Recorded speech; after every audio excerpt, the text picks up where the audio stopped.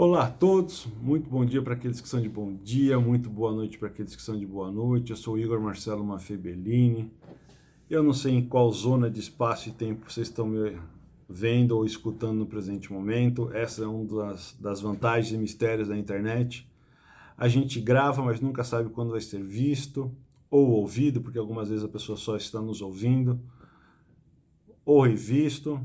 Por isso que eu faço uma saudação no sentido mais amplo possível, que é para não deixar de abarcar nenhuma das situações.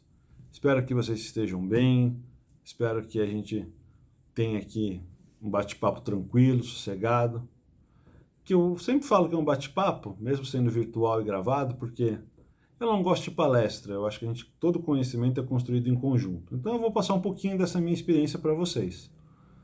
Essa nossa palestra vai ter em torno de 20 a 25 minutos, vamos dividir ela em 3 etapas. Uma explicando o que é o adicional de insalubridade, outra explicando qual é a realidade do futebol profissional no Brasil e uma última fazendo a conclusão.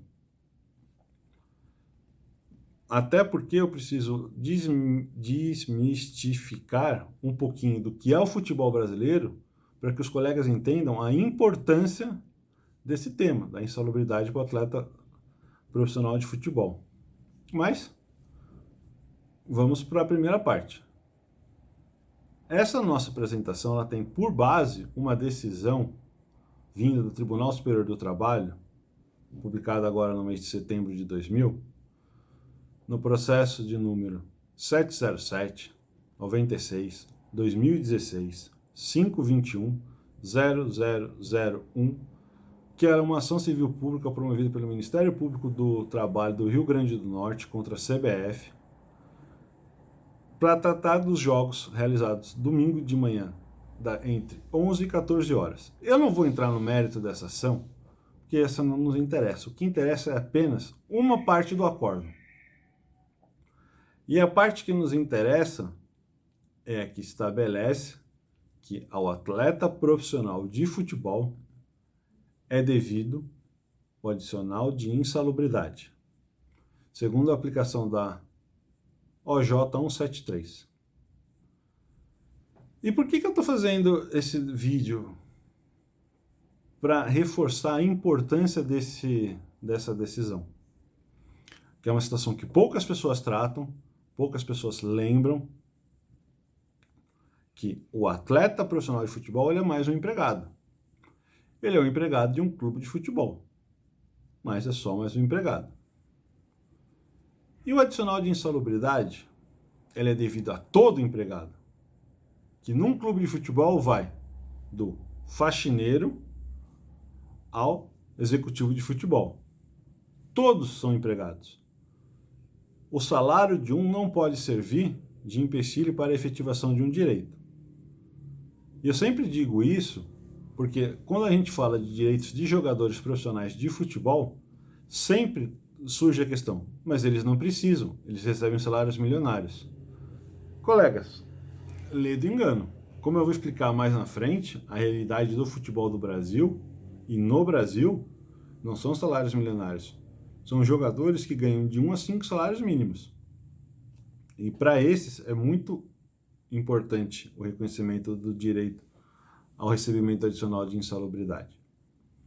O adicional de insalubridade está estabelecido na CLT, depois vem a norma regulamentadora que vem tratar da aplicação disso, e na CLT está estabelecido que ele vai variar o valor de 10%, 20% ou 40% do salário mínimo. Durante muito tempo ficou se discutindo se deveria ser aplicada a Constituição Federal sobre a base de cálculo do adicional de insalubridade, já que a Constituição veda a utilização do salário mínimo para indexação. Já foi estabelecido que não pode. E quando falaram que não podia usar o salário mínimo como base de indexação para nada, inclusive o adicional de insalubridade, o que se começou a fazer? Se começou a pedir que o adicional de insalubridade fosse calculado sobre o salário do obreiro. Vieram novas discussões e agora foi estabelecido que realmente não pode usar o salário mínimo como base de cálculo do adicional de insalubridade. Mas também não pode o Poder Judiciário inovar e criar um critério que não existe. Qual é o critério? Usar a base salarial da pessoa para cálculo do salário.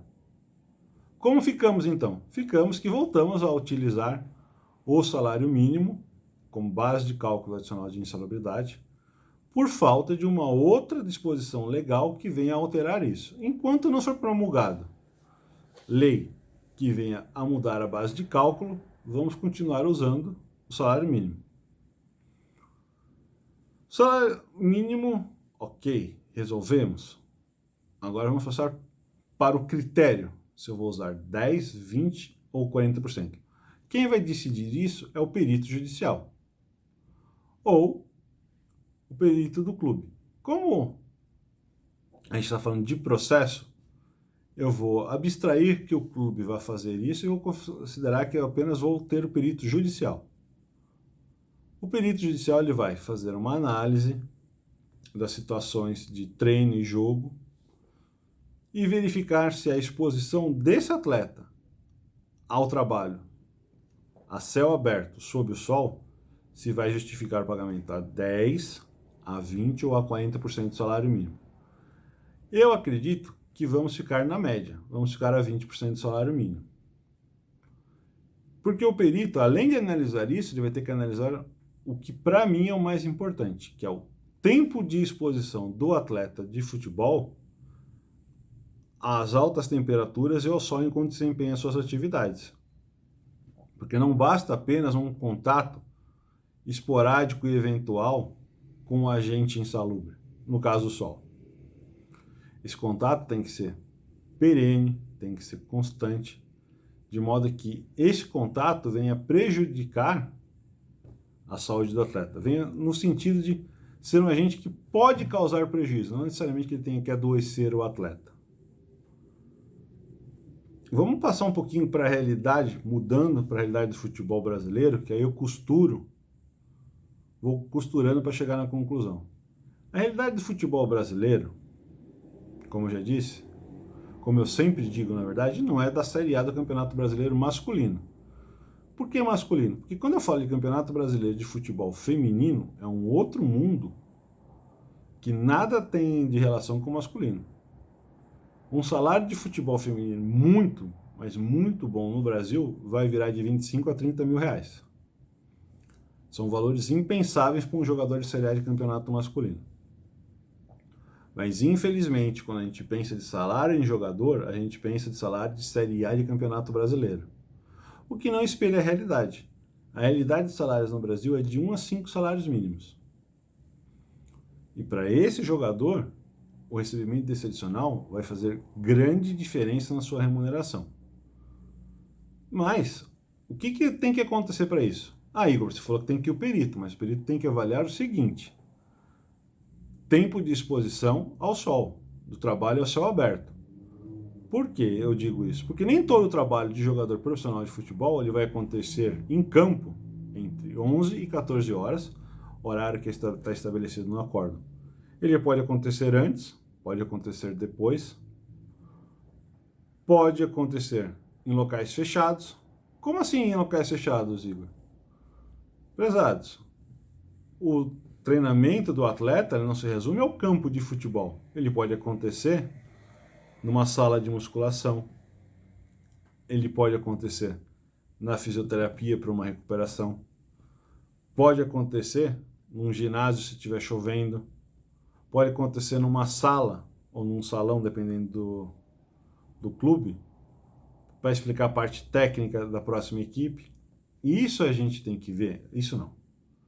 O perito tem que ver aonde é feito a grande parte das atividades. Porque, como eu disse, tem que ser permanente. Outra coisa, que eu reputo a mais importante, eu vou falar agora e vou falar depois.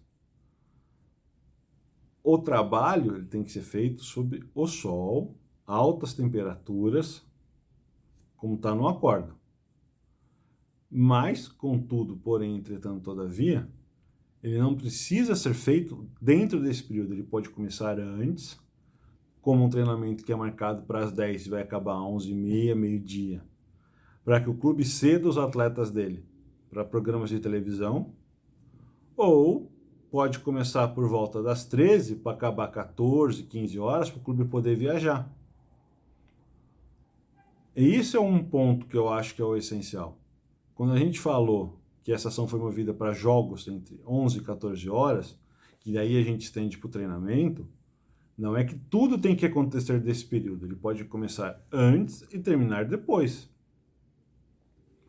Mas vamos seguir um pouquinho, que a gente está falando sobre a realidade do futebol brasileiro. O futebol brasileiro, como eu já disse, não é de Série A de Campeonato Brasileiro, com jogos de quarta-feira, 10 horas da noite, domingo, 4 horas da tarde e 11 horas da manhã. Existem outras realidades. Tem jogos que são de sábado à tarde, tem jogos que são de quinta-feira, de quarta-feira, tem jogo 7 horas da noite, tem jogos 10 horas da noite. E isso é uma situação que cada um dos atletas e dos colegas vão ter que avaliar. Qual é o horário de trabalho desse meu cliente que vai entrar com a ação? Ele se enquadra? Por quê?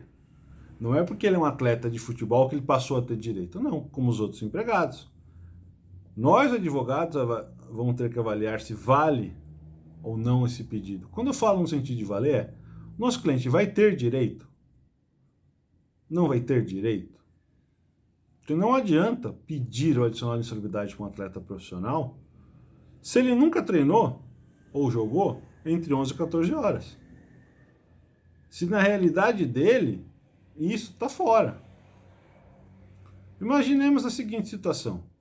O atleta treina das 8 às 10, num horário que está uma temperatura relativamente amena, ou treina das 16 às 18, temperatura relativamente amena, com menos exposição ao sol.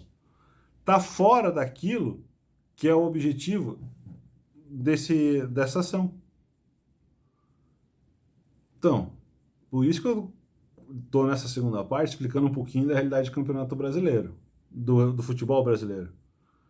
O clube pode, se quiser, marcar treinos e jogos nesse horário, das 11 às 14. Se fizer, vai ter que pagar o adicional. Igor, mas e se não tiver temperatura? Esse é o ponto, prezados. Se não tiver com a temperatura, por questões de clima, porque vamos lembrar que o Brasil é um continente, a nossa realidade aqui na cidade de São Paulo é diferente da realidade em Porto Alegre, que é diferente da realidade em Natal, que é diferente da realidade em Rio Branco, no Acre, por si só pode não considerar o adicional. Como a gente está falando para o Brasil e para o mundo via internet, é importante a gente destacar isso. A realidade local tem que ser levada em consideração. Mas, deixa eu só ver. Vamos começar a levar para a conclusão, porque a conclusão é que mais tempo vai demorar. O que a gente precisa tirar disso tudo, desse nosso bate-papo aqui? É reconhecido ao atleta profissional de futebol o direito a receber insalubridade, porque trabalha exposto a altas temperaturas e ao sol, o que é um grande avanço, porque, como eu sempre digo, o atleta é mais um empregado. Outras profissões têm o mesmo direito, como está citado no acórdão que eu disse, o cortador de cana. Não tem por que discriminar o atleta e lhe retirar esse direito porque se considera que atletas ganham bem, quando eu já demonstrei que não ganham, quem ganha é uma grande minoria, porque se a maioria não ganha, não tem por que discriminar. E ainda que todo mundo ganhe salário milionário jogando futebol, são empregados. O salário de um empregado não pode ser fator de discriminação de direitos. O direito ele existe, independente da pessoa ganhar 1.000, 10.000, 100.000 ou 1 milhão. Pode ser que para aquele empregado, atleta que ganhe 1 milhão por mês, os R$200 a mais de adicional de insalubridade que ele pode vir a ganhar, nada afete a sua renda. Para outro que ganha R$1.000 por mês, que é o salário mínimo arredondando, vai fazer uma grande diferença. E essa diferença também tem que ser feita na folha de pagamento dos clubes. Daqui para frente, com essa determinação, aos colegas que advogam para clubes, temos que, vocês que trabalham mais para clube, porque na verdade eu trabalho para atleta, tem que fazer o planejamento jurídico, contábil e administrativo nas reuniões de final de ano, já considerando que pode ter um desencaixe de caixa de mais 20%. Toda vez que forem contratar os atletas, lembrem disso. Eu vou ter que pagar, a depender da realidade de campo, mais R$ 200 a mais para ele. Ah, R$ 200 é pouco, Igor. Prezados, se eu for considerar um elenco de 30 atletas, o que é uma média boa para o Brasil, eu estou falando em R$ 6.000 a mais por mês. R$ 6.000 a mais por mês, dependendo da realidade do clube, ele pode contratar um atleta a mais, ou 2, ou 3. É muito dinheiro. Por isso que pode acontecer de clubes não pagarem o adicional, preferindo levar essa discussão para a Justiça do Trabalho. O que também é um direito do clube. Mas ele tem que saber que ele pode ser condenado e que vai pagar isso lá na frente, com juros e correção. Eu recomendo isso? Não. Eu recomendo que seja cumprido o que determina a OJ 173 e o acórdão. Mas, como aqui eu estou falando de direito para advogados, eu sempre tenho que falar por advogado do atleta e por advogado do clube. É uma coisa que quem assiste os meus outros vídeos, minhas outras palestras, vai perceber. Eu nunca trago a minha verdade, eu sempre trago o que é o direito. E se tem 2 versões, eu dou 2 versões, se tem 3 versões, eu dou 3 versões. E aqui eu estou dando as duas, tanto para o advogado da empresa, do clube, como para o advogado do atleta. Então, vamos falar um pouquinho de processo. O pessoal gosta que a gente fale de processo, vamos falar um pouquinho de processo. O processo, como eu já disse, como eu sempre digo, na verdade, ele vai ser posto na Justiça do Trabalho, vai ser nomeado um perito. Dica para os advogados que vão trabalhar para clube. Os atletas, hoje, pelo menos na grande parte dos clubes de Série A, Série B e Série C, trabalham com um GPS. E esse GPS que fica nos atletas, que são aqueles tops, ficam registrados quanto a pessoa corre, temperatura, todas essas coisas. Requisitem, antes de entrar com a ação, já as cópias desses laudos. Eu estou falando do laudo, mas eu não tenho certeza, talvez seja só um relatório. Mas peçam para que os clubes entreguem esse relatório. Ali estará uma prova pré-constituída, que o próprio clube está constituindo, que ele não vai poder impugnar depois. Com isso, o trabalho do perito fica muito mais fácil e o trabalho do advogado mais fácil ainda. Quando o colega estiver analisando esse mapa de calor, poderá constatar se o atleta fez treinos 11 da manhã, constantemente, 10 da manhã, 8 da manhã, vai estar o horário do treino, vai estar a temperatura que ele foi exposto, a quanta temperatura corporal dele chegou. Que isso é uma situação que não é o nosso foco, mas vamos tratar rapidinho. No acórdão estabelece que chegando a determinadas temperaturas, a partida tem que ser encerrada para hidratação do atleta. Talvez o pessoal, vocês que estão assistindo, já tenham reparado na TV. Às vezes para o jogo para hidratação. Hidratação. O que também tem que acontecer no treino. O que tem que acontecer sempre, na verdade, que a gente não pode expor um atleta, na verdade, qualquer ser humano, a uma alta temperatura, um alto exercício físico, sem dar a ele a hidratação.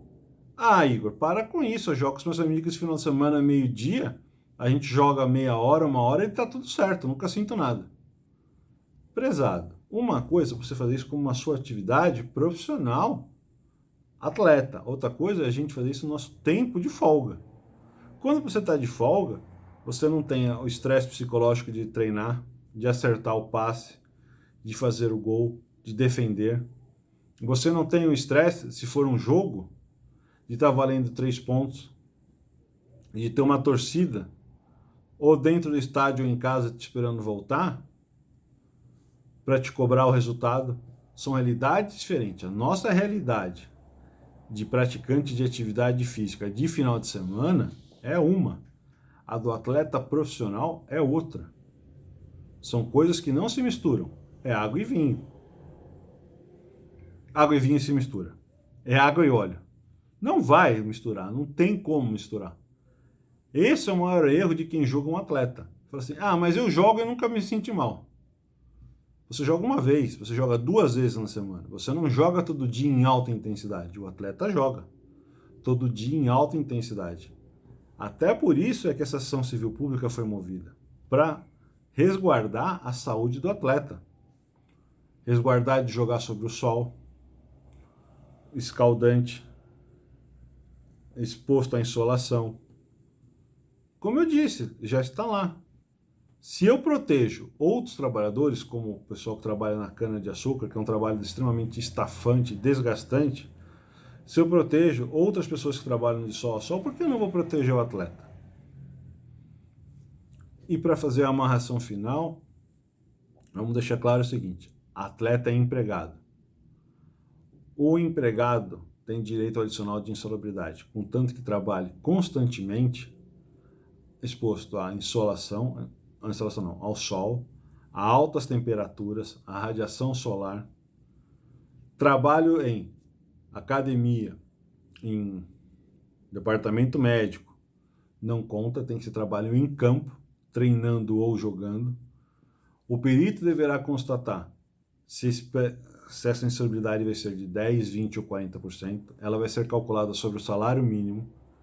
Se ela não for paga, eu preciso mover uma ação na Justiça do Trabalho, uma reclamatória, pedindo o pagamento do adicional e o pagamento dos reflexos. Prezados, era isso que eu tinha para falar. Espero que tenha atingido o meu objetivo, que era dizer que existe esse direito, que os atletas têm garantido esse direito, que esse direito tem que ser exercitado na Justiça do Trabalho, na Justiça do Trabalho do local onde o clube estava instalado, porque a competência territorial é do local onde o atleta presta o serviço dele. Dizer que é necessária a perícia e o mais importante, eu disse para aquele que advogam para os atletas requisitar o mapa de calor. Porque hoje, com todos os departamentos de fisiologia, os clubes têm esses dados. Eu confesso que eu não sei o que o clube faz com esse dado quando o atleta se desliga do clube. Mas enquanto o atleta está no clube, esses dados estão lá. E aos advogados que trabalham em clube, eu entraria com a defesa nesse sentido. Eu não estar exposto constantemente ao calor, não estar exposto à irradiação solar sempre, são coisas esporádicas, são coisas que acontecem vez ou outra. E eu quero agradecer a vocês, meus colegas, por prestigiarem, por estarem vendo esse vídeo. Espero ter demonstrado a existência do direito, aonde ele está fundamentado, como exercitá-lo, como defender na Justiça do Trabalho. Quero agradecer a presidência da OAB mais uma vez pelo convite, ao Departamento de Cultura mais uma vez pelo convite. Foi um prazer, foi uma honra estar com vocês. Muito obrigado por permitirem a mim dividir o meu tempo com vocês e que o Pai Maior, aquele que cada um chama como quer, sempre os proteja e os guarde.